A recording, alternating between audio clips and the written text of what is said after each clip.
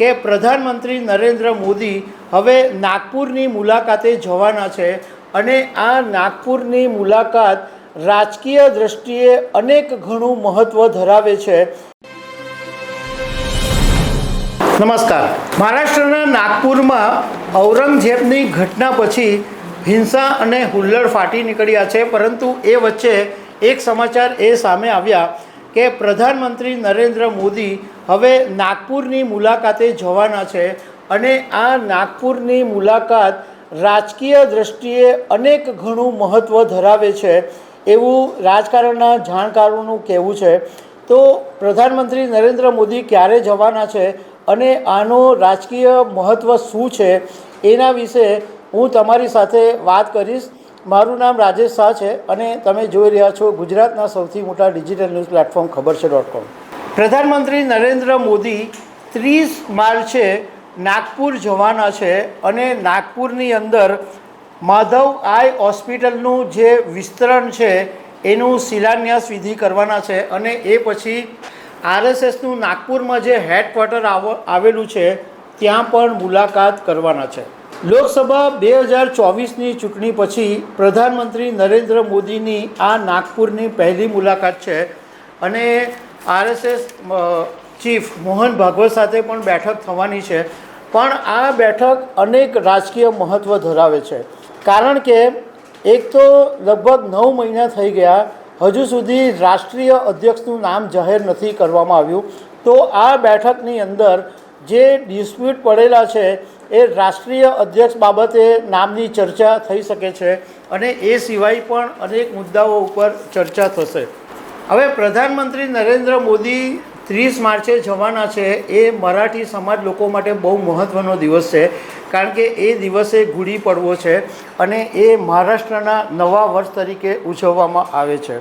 મોદીની મુલાકાતનું મહત્ત્વ એટલા માટે છે કે છેલ્લા ઘણા સમયથી ભારતીય જનતા પાર્ટી અને આરએસએસની વચ્ચેના જે સંબંધો છે એની અંદર એક તિરાડ પડી ગઈ હતી।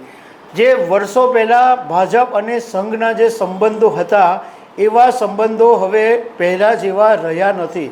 નો ડાઉટ થોડો ફેરફાર પાછો આવવા માંડ્યો છે, કારણ કે એના જે ડેવલપમેન્ટ છે એ પણ દેખાવા માંડ્યા છે। તમને યાદ હશે કે મે 2024માં જ્યારે લોકસભા 2024ની ચૂંટણી પહેલાં ભાજપના રાષ્ટ્રીય અધ્યક્ષ જેપી નડ્ડાએ એક ઇન્ટરવ્યૂની અંદર એવી વાત કરી હતી કે ભાજપ પહેલાં એટલું સક્ષમ નહોતું એટલે આરએસએસની જરૂર પડતી હતી, પરંતુ ભાજપ હવે પોતે સક્ષમ થઈ ગયું છે એટલે આરએસએસની જરૂર નથી। ભાજપ પોતાના પગ ઉપર ઊભું રહી શકે છે એટલી તાકાત ધરાવે છે।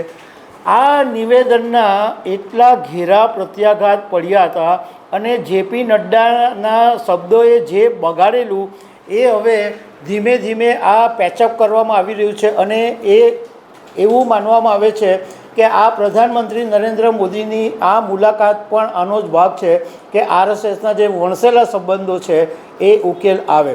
હવે આરએસએસ માટે જેપી નડ્ડાએ જે નિવેદન આપેલું એની અસર લોકસભા 2024ની ચૂંટણીના પરિણામોની અંદર દેખાઈ ગઈ, કારણ કે જે ભાજપ 400 બેઠકોની વાત કરતું હતું એ બહુમતી પણ નહોતું મેળવી શક્યું અને એનડીએની સાથે સરકાર બનાવવાની ફરજ પડી। પરંતુ એ પછી ભાજપને તરત આઈડિયા આવી ગયો કે આરએસએસની સાથે સંબંધો બગાડવાથી કોઈ મતલબ નથી, એટલે એ પછીની જે વિધાનસભાની ચૂંટણીઓ થઈ હરિયાણા, મહારાષ્ટ્ર, દિલ્હી, એની અંદર આરએસએસે ગ્રાઉન્ડ લેવલે કામ કર્યું અને ભાજપે હરિયાણાની અંદર ચૂંટણી જીતી લીધી, મહારાષ્ટ્રની અંદર ઇતિહાસ બનાવી દીધો અને દિલ્હીમાં પણ 27 વર્ષ પછી સત્તા મેળવી। આ બધાની અંદર આરએસએસનું જે યોગદાન હતું એ સૌથી મોટું હતું। અત્યારે જે ભાજપમાં એક જે મુદ્દો ગૂંચવાયેલો છે એ છે કે ભાજપના રાષ્ટ્રીય અધ્યક્ષ પદનું જે નામ છે એ જાહેર નથી થઈ શકતું, કારણ કે આરએસએસ જે નામો રજૂ કરે છે એ ભાજપને પસંદ નથી આવતા અને ભાજપ જે નામો રજૂ કરે છે એ આરએસએસને પસંદ નથી આવતા। તો આ નાગપુરની અંદર પ્રધાનમંત્રી નરેન્દ્ર મોદી જ્યારે જવાના છે ત્યારે મોહન ભાગવત સાથે એમની બંધ બારણે બેઠક થવાની છે અને એની અંદર ઘણા બધા મુદ્દાઓની ચર્ચા થઈ શકે છે અને એમાં આ એક મુદ્દો પણ હશે કે રાષ્ટ્રીય અધ્યક્ષ પદે કોને પસંદ કરવો. બીજું કે આ કાર્યક્રમની અંદર એવી જાહેરાત કરવામાં આવેલી છે કે મહારાષ્ટ્રના મુખ્યમંત્રી દેવેન્દ્ર ફડણવીસ, કેન્દ્રીય મંત્રી નીતિન ગડકરી અને પ્રભારી ચંદ્રકાંત બાવનકુલે એ પણ આ કાર્યક્રમ જ્યારે માધવ હોસ્પિટલનું જે કાર્યક્રમ છે શિલાન્યાસ વિધિ એ કાર્યક્રમમાં હાજર રહેશે. એટલે આ 2014 પછી મોહન ભાગવત સાથેની આ પ્રધાનમંત્રી નરેન્દ્ર મોદીની ત્રીજી બેઠક હશે અને લોકસભા 2024 પછી પહેલી વખત RSS સંઘના પ્રમુખ અને PM મળવાના છે. આ બેઠક મહત્ત્વ એટલા માટે બી છે કે 2025ની અંદર RSSના 100 વર્ષ પૂરા થઈ રહ્યા છે અને આ 100 વર્ષની હવે ઉજવણી, શતાબ્દી વર્ષની ઉજવણી પણ થવાની છે. બીજું આમાં એક મહત્ત્વની વાત એ બી છે કે કોઈ એક પ્રધાનમંત્રી RSSના હેડક્વાર્ટર પર ગયા હોય એવી આ પહેલી ઘટના બનવાની છે.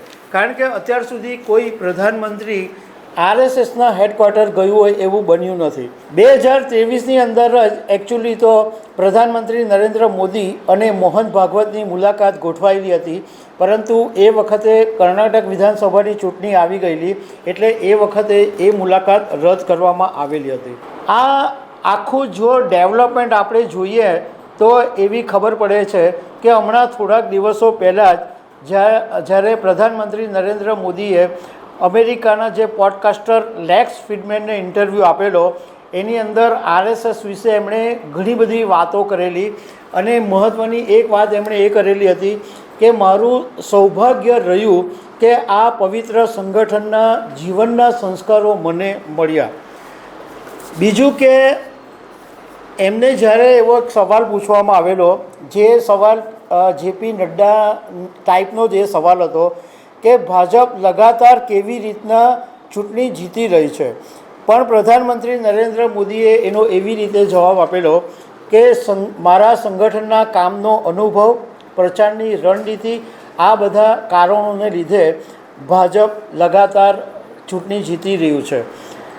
એટલે હવે જ્યારે 30 માર્ચે પ્રધાનમંત્રી નરેન્દ્ર મોદીની જે મુલાકાત થવાની છે એ રાજકીય રીતે અનેક મહત્ત્વ ધરાવે છે. કારણ કે આની અંદર વસ્તી ગણતરીનો મુદ્દો અને ધર્માંતરણનો મુદ્દો, એ મુદ્દા પર પણ ચર્ચા થવાની હોવાનું રાજકારણના જાણકારો કહી રહ્યા છે. તો દર્શક મિત્રો, આવી અનેક વાતો સાથે અમે તમને મળતા રહીશું. Thank you very much.